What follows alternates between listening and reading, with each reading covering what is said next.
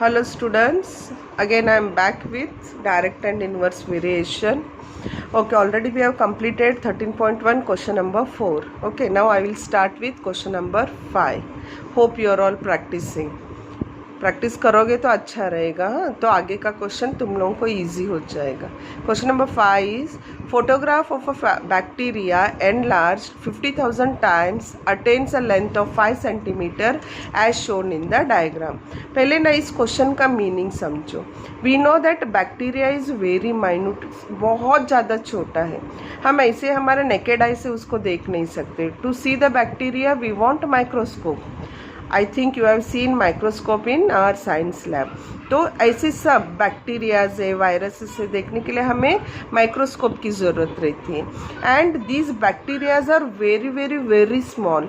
अगर हमने उसको 50,000 टाइम्स उसको एनलार्ज किया, एनलार्ज मतलब माइक्रोस्कोप में तुम लोगों ने देखा होगा, जैसे अभी हम मोबाइल कैमरा यूज़ करते हैं तो जूमिंग करते हैं ना, जूमिंग करेंगे तो हमारे पास वो पिक्चर बड़ा हो जाता है. वैसे ही माइक्रोस्कोप में भी एक एडजस्टमेंट रहता है. उसको हम एनलार्ज करेंगे ना तो जो बैक्टीरिया है उसका लेंथ बड़ा बड़ा दिखता है, bigger size we can see. Same idea जो हम मोबाइल में करते हैं, फ़ोटो खींचते हैं, तो वही आइडिया हमें माइक्रोस्कोपिक में लगाना है. तो when we enlarge 50,000 times it is looking 5 centimeter length. तो 5 centimeter length हमें दिखाई दे रहा है. तो क्वेश्चन क्या है इधर, what is the actual length of the bacteria. मतलब अगर हमने उसको एनलार्ज ही नहीं किया, जैसा है वैसे अगर हमने देखा उसको, then what is its length. then if the photograph is enlarged for 20,000 times, पहले 50,000 टाइम एनलार्ज किया था, अब 20,000 टाइम्स हमें एनलार्ज करना है. Then what would be its enlarge length. जब हमने 20 टाइम्स उसको बड़ा किया, जूमिंग किया, तो उसका लेंथ कितना दिखेगा. So there are two questions, actual length and enlarge after 20,000 times. तो यहाँ पे दो वर्ड साथ में जा रहे. देखो, एक तो टाइम्स जा रहा है एंड देन लेंथ जा रहा है. तो हमारा column, making column is very important, मैं हमेशा बोलती हूँ. तो यहाँ पे तुम लोग टाइम्स लिख सकते हो, टाइम्स या एनलार्ज्ड. टाइम्स लिखो तो भी चलेगा, जो हम एनलार्ज करते हैं ना वो टाइम्स है ये. And length of the bacteria. ऐसे दो कॉलम बनेगा. टाइम्स के आगे तुम लोग एनलार्ज्ड भी लिख सकते हो. So making column is very important. फिर हम यहाँ पे वैल्यूज पुट अप करेंगे. Okay, see students, I have made the column here. Times that is how many times it is enlarged और एनलार्ज्ड दोनों लिख सकते हो. And length it is given in centimetre. Length यहाँ पे देख लो तुम लोग कैसे दिया है, सेंटीमीटर में. So first it was 50,000. 50,000 में कितना लेंथ दिखाई दिया हमें, 5 centimetre. Now what will be the actual length of the bacteria. Actual मतलब हमने उसको एनलार्ज किया ही नहीं है, तो एनलार्ज नहीं करते तो उसका वैल्यू 1 रहेगा, 1 टाइम का रहेगा. It is 50,000. Now it is actual length means first time. So what is the length of the bacteria, and if it is enlarged for 20,000, what will be the length of the bacteria. देखो, ये तो तुम लोगों को पता है, जब हम मोबाइल में जूम इन जूम आउट करते हैं, जितना ज़्यादा हम जूम करते उतना ही ज़्यादा लेंथ दिखाई देगा, और जितना कम जूम करते उतना ही छोटा दिखाई देगा. That means what, it is in direct variation. So clearly हमें दिखाई दे रहा है कि ये डायरेक्ट है. जैसे हमारा एनलार्जमेंट जूम ज़्यादा करते तो ऐसे साइज भी बड़ा दिखता है. Okay, so this is in direct variation.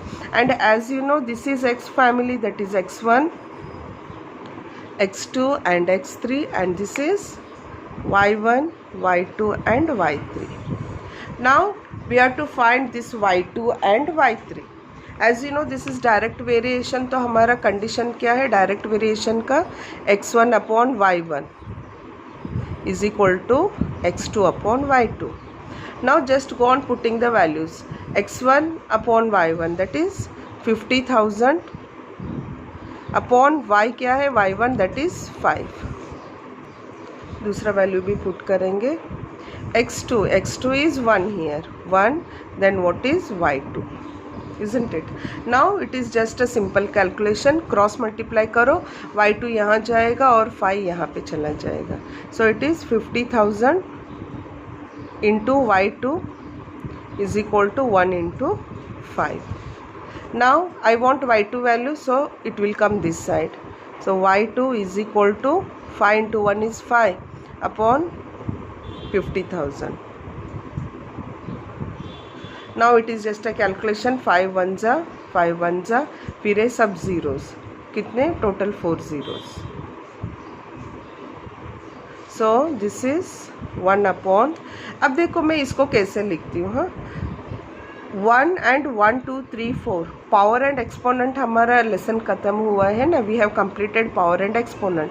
So can I write like this 1 upon 10 raised to 4 because there are 4 4s, 4 times है ना 0.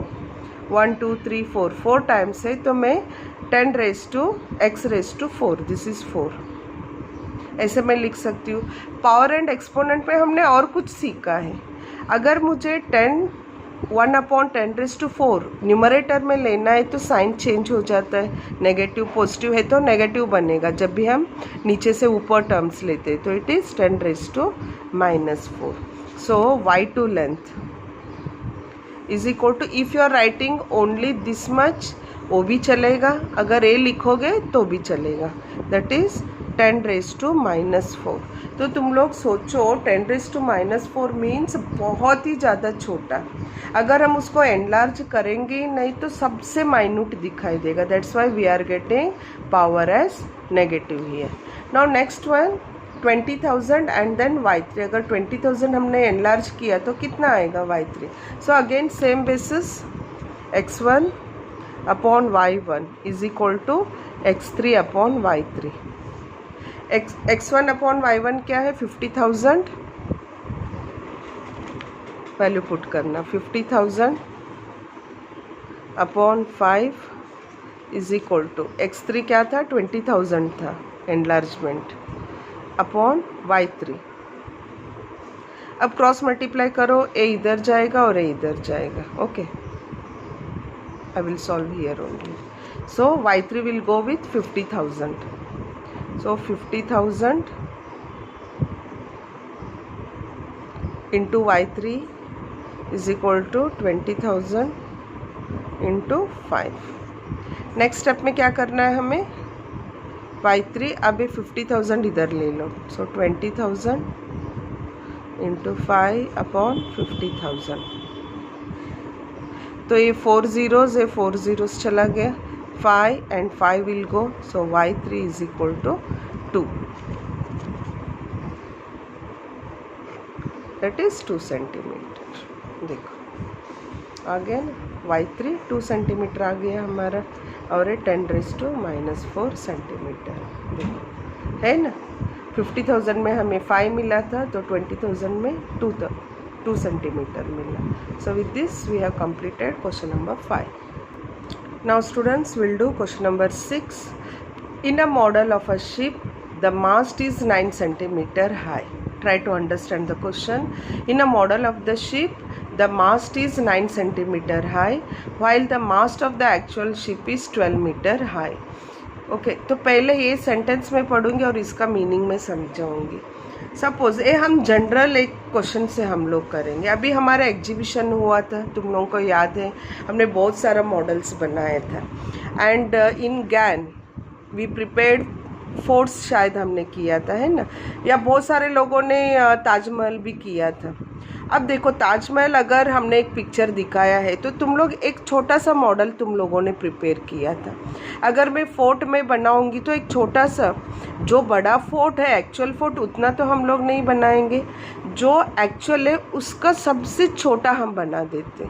वैसे ही अगर एक बोट है, मैं बोलूँगी चलो भाई एक बोट या एक शिप ड्रॉ करो, तो तुम लोग जितना शिप बड़ा है उतना शिप बड़ा थोड़े ही ड्रॉ करोगे. You will make one small ship, isn't it. एक छोटा सा शिप तुम लोग ड्रॉ करते हो. वही आइडिया यहाँ पे लगाना है हमें. The model of the ship, एक मॉडल बन रहा है, उसका हाइट कितना है 9 सेंटीमीटर है, लेकिन वो शिप का एक्चुअल लेंथ कितना था 12 मीटर. जो मास्ट है ऊपर का, ये जो मास्ट बोलते हैं ना, दैट इज़ 12 मीटर हाई था, लेकिन हमने मॉडल में कितना सेंटीमीटर का बनाया 9 centimetre. Then length of the ship is 28 metre. अब जो एक्चुअल शिप है उसका लेंथ जो मास्ट है ऊपर वो 28 सेंटीमीटर का बना है, तो मॉडल में हम कितना बनाएंगे? मॉडल में तो उससे छोटा ही बनेगा, 28 मीटर तो नहीं बन सकता है। तो यहाँ पे कौन से कॉलम बनेगा? देखो, एक तो मॉडल है और एक एक्चुअल शिप है। तो सीधे सीधे लैंग्वेज में तुम लोग लिख सकते हो, एक मॉडल लिख दो, मॉडल शिप, और एक एक्चुअल शिप। ऐसे दो कॉलम हमें बना देना है। See students, I have made the column here. यहाँ पे मैंने कॉलम बनाया है मॉडल शिप इन सेंटीमीटर, क्योंकि मॉडल शिप का उन्होंने सेंटीमीटर में दिया है, and actual ship that is given in metre. यहाँ पे भी देखो एक्चुअल शिप का मीटर दिया है। Now you put the values here. जब 9 सेंटीमीटर है मॉडल शिप, तो उसका एक्चुअल कितना है? 12 मीटर है। So when it is 9 then it is 12। हमने लिखा मॉडल 9 है तो एक्चुअल का 12 है। नाउ एक्चुअल, इधर देखो, if the length of ship is 28 है शिप का, एक्चुअल शिप का, तो model how much, how long the model ship is, तो हमने क्वेश्चन मार्क डाल दिया। Now as you know this is x family x1 and x2 and this is y1 and y2। ये तो बहुत ज़्यादा ईजी है। Now you start calculating x1 upon y1, direct variation का सिंबल तुम लोग डाल देना, x2 अपॉन y2। अब x1 वैल्यू क्या है? कॉलम से देखो, 9 upon 12 is equal to x2 because I don't know value, and y2 that is y2 कितना है? 28 है। Now just cross multiply, don't cross this 12 क्योंकि x2 ऊपर ही है ना, तो खाली 28 को इस तरफ ले लो। 9 into 28 upon 12 is equal to x2। Now it is cutting. Cutting कैसे करोगे तुम लोग खुद सोच लो। 4 के टेबल से हो सकता है या 3 से भी हो सकता है। 3 3 जा 3 4 जा 4 1 जा 4 7 जा। अब 7 and 3 बचा, 7 into 3 will be x2. So x2 is equal to 7 into 3, that is 21. So this is the answer. Just put the value here. कितना आया था? 21. That's it. So easy question. Students will move on to question number 7. Suppose 2 kg of sugar contains 9 into 10 raised to 6 crystals. अब इसका मतलब क्या है? 2 kg sugar लिया है। अब पता नहीं कौन से आदमी ने ये सब काउंट किया, उन्होंने काउंट किया कि कितने क्रिस्टल्स हैं। ये तो इम्पॉसिबल टास्क है एक्चुअली, बट दिया है तो हमें करना ही पड़ेगा। अब कौन काउंट करेगा? तुम लोग खाली एक कटोरी शुगर ले लो और उसमें क्रिस्टल काउंट करो। Is it possible? It is impossible task, but they have given so we have to do. अब 2 kg शुगर में 2 kg शुगर में क्रिस्टल्स, क्रिस्टल मतलब शक्कर के दाने, जो छोटे छोटे दाने रहते हैं ना, वो कितने दाने हैं? 9 into 10 raised to 6 crystals. Then how many sugar crystals are there in 5 kg of sugar? अब देखो 2 kg में इतने क्रिस्टल है, तो 5 kg में कितने क्रिस्टल्स हैं? तो इससे ज़्यादा आएगा या कम आएगा? ज़्यादा ही आएगा, क्योंकि जैसे शुगर kg बढ़ता है वैसे क्रिस्टल भी ज़्यादा होगा। And then 1.5 kg of sugar, 1.5 kg में कितने क्रिस्टल हैं? ये सब क्यों चाहिए मुझे भी पता नहीं, लेकिन दिया है तो हमें करना ही है। So I have made the columns here. Sugar दिया है kg में और क्रिस्टल्स भी दे दिया है, तो कॉलम किसका बनेगा? शुगर और crystal. You make the column and fill it. Now क्या दिया था? First 2 kg and 9 into 10 raised to 6 crystal. So put up here 2 kg, for that 9 into 10 raised to 6 crystal. Now they want 5 kg. How much? 5 kg how much? Then 1.5 kg how much? Okay, as you know this is X family, X1, X2 and X3, and this is Y1, Y2 and Y3. So as you know it is a direct variation. We'll start calculating now. x1 upon y1 is equal to x2 upon y2. x1 upon y1 equal to x2 upon y2. Students, now I will drop here only, I will stop here only, because such type of questions we have done so many times. देखो हमने example भी किया है और till question number 6 मैंने ऐसे सब type के सिखाया है. So you solve these two, that is y2 and y3. तुम लोग अपने आप करना, कैलकुलेशन करना, and I will send the picture of this calculation and then you compare the answer. y2 का वैल्यू एंड y3 का वैल्यू तुम लोग कंपेयर करना, देखते हैं कि राइट आंसर है या wrong answer. After question number 7, only 3 questions are remaining that I will send in next video. So students, please keep practicing and thank you.